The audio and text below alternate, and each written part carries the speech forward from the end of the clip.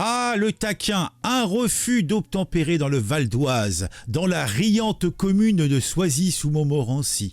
Ce jeune automobiliste de 22 ans a été interpellé par les policiers après un refus d'obtempérer et il n'a rien trouvé de mieux que de se jeter de son véhicule qui était encore en marche. Eh ben, il a été au ballon, hein, et on a eu un contrôle positif à la drogue. Et oui, il était plein, et c'est pas beau et c'est évidemment pas propre.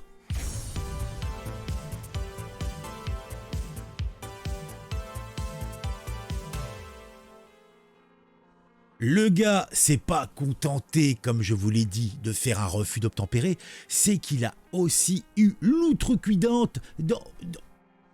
il a eu plutôt l'outrecuidance, enfin, faut que j'arrive à le dire quand même, puisqu'il s'est jeté de son véhicule, il aurait pu se zigouiller, mais le pire, c'est qu'il n'était pas tout seul dans la caisse. Ouais, la caisse, elle a continué à rouler. Bon, je vous raconte ça rapido à ma façon, puisque je pense que c'est principalement pour ça que vous êtes là.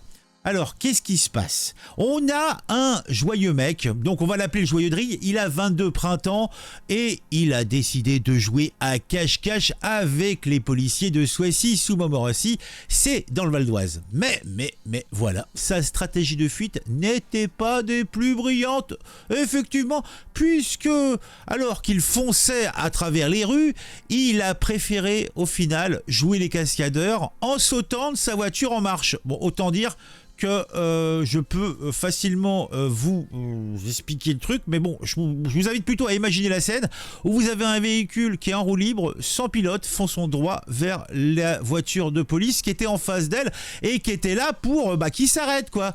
En fait, c'était on a souvent ça dans les films d'action américains, avec des bons petits cascadeurs et tout ça. Donc les agents de police, bien sûr, ont eu la surprise de leur vie en voyant cette manœuvre digne d'un cascadeur, c'est le bon terme. Heureusement, il n'y a eu aucun blessé et donc on n'en est bon que pour l'ego du conducteur qui pensait faire peut-être un strike, hein, et avoir la primeur des journaux télévisés. Et non, il n'aura rien, seulement un petit voyage en zonzon.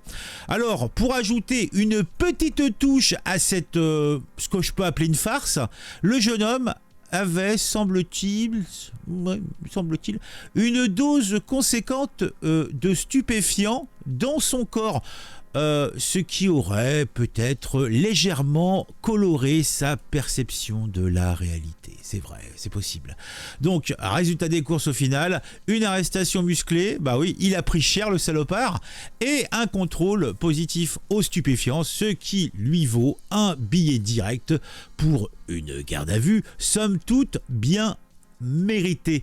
Alors, la leçon du jour, si on peut avoir une leçon là-dessus, c'est que quand on décide foncièrement de jouer au chat à la souris avec la police, mieux vaut ne pas être drogué, puisque niveau plan fuite, on n'a pas les meilleurs édits. Ça c'est un petit peu comme les mecs qui écrivent des bouquins ou qui composent des chansons.